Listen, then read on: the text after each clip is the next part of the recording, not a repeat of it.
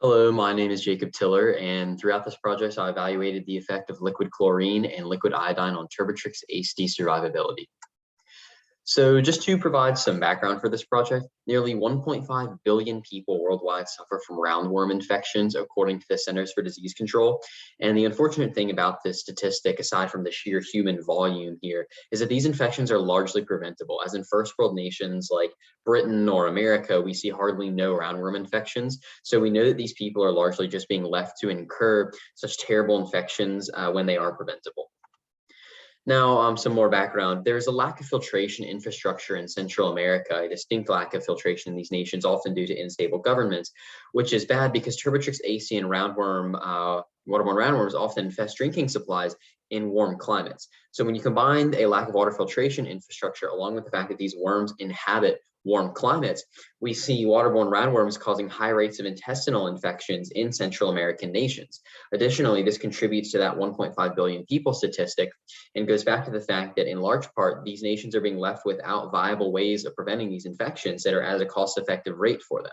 If they cannot afford water filtration infrastructure, we cannot expect them to pay for large-scale treatment or prevention options. Now, this all led me to the fact of coming up with a research question of what effect will potable quantities of liquid iodine and liquid chlorine have on Turbotrix AC roundworm survivability. And I want to emphasize potable here. I wanted to be sure that throughout this project, I was evaluating concentrations of liquid iodine and liquid chlorine that could be ingested by a human population, even for a short period of time, so that I was applying this research directly to the 1.5 billion people impacted worldwide by this phenomenon. Now, this led me to the research hypothesis that if Turbotrix AC were exposed to the smallest, still potable concentrations of liquid iodine or liquid chlorine, then the liquid iodine would be more effective. So in other words, if I use liquid iodine and liquid chlorine to filter out roundworms from water supplies, then it would take a lower percentage of the total mixture with the water included of liquid iodine than chlorine to accomplish the same death rate. So overall, just hypothesizing that it would take less iodine than chlorine to achieve the same goal. Variables here, we have an independent variable, obviously the concentrations of liquid iodine and liquid chlorine, with the dependent variable being the Turbotrix AC death rates brought on by those varying concentrations. Now, just a further background, mebendazole is currently used for treatment of these infections. It's important to highlight here that this is not a preventative measure. This is sent to or sold to nations after people have already contracted the disease. Unfortunately, mebendazole does cost $30 per gram, making it all too expensive for third world nations in Central America struggling to provide strong water filtration systems for their people.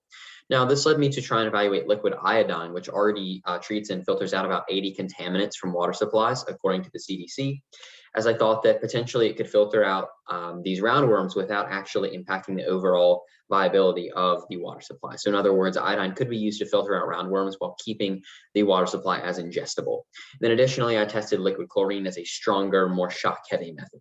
Now you'll notice that liquid iodine only costs $30 for an entire kilogram, making it 1/1000th the cost of mebendazole, as it also acts as a preventative measure.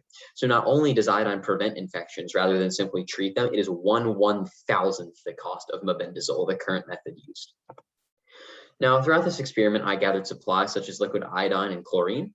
And then additionally, we have Turbotrix AC. You'll notice that they are cultured in yellow vats. This is apple cider vinegar so that they could live off the natural microbes produced by this apple cider vinegar to simulate them living off of microbes that would be produced in an unfiltered water supply. This is just to keep a strong real world bridge open between my project and the applicability to the real world. Then various solutions were made with differing concentrations of liquid iodine and chlorine. So in a minute, you're going to see a lot of percentages on the screen, and that refers to a mixture that was made where the base of it was apple cider vinegar with the added iodine or chlorine. So the percentage of iodine or chlorine is the percent of that total mixture that was the iodine or chlorine and not the vinegar. And it was made with the vinegar to simulate these agents being applied to unfiltered water supplies. Then these solutions were applied to trial groups of 10 Turbotrix AC at a time. And then after 5 minutes, living roundworms were counted. This was largely my pre-testing stage. I needed to evaluate what a good starting point to perform further trials would be. Then optimal solutions were further tested 10 times, and these results were analyzed with a two-way NOVA. So any solution that showed promise was tested 10 times with 10 roundworms in each trial group and was evaluated. Now, here we have some descriptive statistics. So we can see that it took less liquid iodine than liquid chlorine to achieve the exact same result.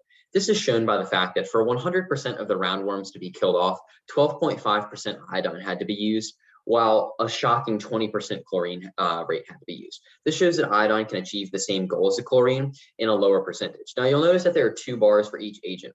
This is because I established an LD100 and an LD50 for both liquid iodine and liquid chlorine. LD50s are concentrations of these agents that can be used to filter out half of the roundworms from any given infected water supply. And these are concentrations that are commonly used in places such as Central America that may not have access to a large enough volume of drugs to filter out roundworms entirely. So just keep in mind that for liquid iodine and liquid chlorine, there's a 100% death rate concentration and a 50% death rate concentration. Now, I'd like to take a step back and just re-emphasize that it did take less liquid iodine than liquid chlorine to achieve the same result, and the control group saw a 0% death rate, which is not shown because this is covering death rates. All right, so here's putting this into table view. We see a 100% death rate for the iodine total death group, which was achieved with 12.5% of the solution. Again, with chlorine was not effective as it required 20%. Then with the intended iodine LD50, we saw that it required 6% iodine and 10% chlorine, making iodine more effective there as well. Now, this test overall was highly significant. As we saw with a 2-way ANOVA test or multi-factor ANOVA test, we got a p-value of 3.96 times 10 to the negative 20th degree, demonstrating an extremely high level of significance that that number had to be lower than the alpha value of 0.05. Now, I then ran a post hoc Tukey test to evaluate where the significance truly lied. I found that the most significant interaction effect or difference between a trial group and a control group was with the liquid iodine and liquid chlorine 100% death rate groups. Now, this number had to be larger than the D-min of 0.025, and it was, coming in at 0.465. Now, let's take a step back. A lot of percentages have been thrown out, and we want to analyze exactly what this all means. Well, we know that the total death iodine group was significant, along with the total death chlorine group. Remember, that's the 12.5 and the 20% conclusion. However, we also know that my hypothesis was correct, meaning that the null hypothesis was rejected, as it took less liquid iodine than liquid chlorine to achieve the same level of significance. So the iodine was 12%, the chlorine was 20, which meant that my hypothesis was fully supported in the fact that the iodine was more effective. Now, past research shows that chlorine has been used to clear infectants out of water supplies, but it was not as effective in this study.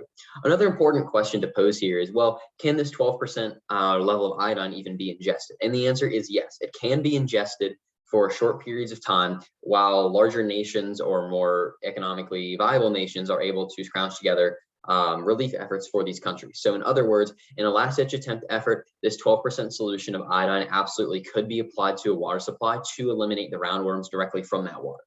The chlorine, however, could not, coming in at 20%, which is far above the 15% threshold, which has been used in past studies. Again, with challenges, it was hard to extract exact amounts of the liquid iodine due to its consistency, and I would use a more infectious species in the future. Turbitrix AC, although they have almost identical biology to the Ascaris worms that actually infect water supplies, are non-infectious to humans to maintain lab safety. So in the future, I would recommend using an alternate species type. Now, I want to take a step back and just emphasize what sets this project apart. So we know that iodine and chlorine, as 100% death groups, had the same Tukey test value. My hypothesis was supported, as the iodine took 12.5% to eliminate all roundworms, but chlorine had to be at 20%. Now, here's what sets this project apart from virtually any other in this entire symposium. Liquid iodine can eliminate roundworms from water, which has been proven by this project. Now, this not only has identified something that can be used to prevent infections rather than treat them like mebendazole does, but iodine is 1/1000th the cost of mebendazole. So in other words, this project has identified a method of water purification and filtration that can drastically reduce roundworm infections at 1/1000th the cost of the current method, which directly applies to the 1.5 billion people worldwide impacted by these infections. So overall, we saw a lack of infrastructure resources in Central America and an expensive current option in mebendazole, which led me to liquid iodine. Here are my literature cited sources. All acknowledgements go to the work of the researcher and me, which was completed under the advisory of Dr. Michelle Douglas.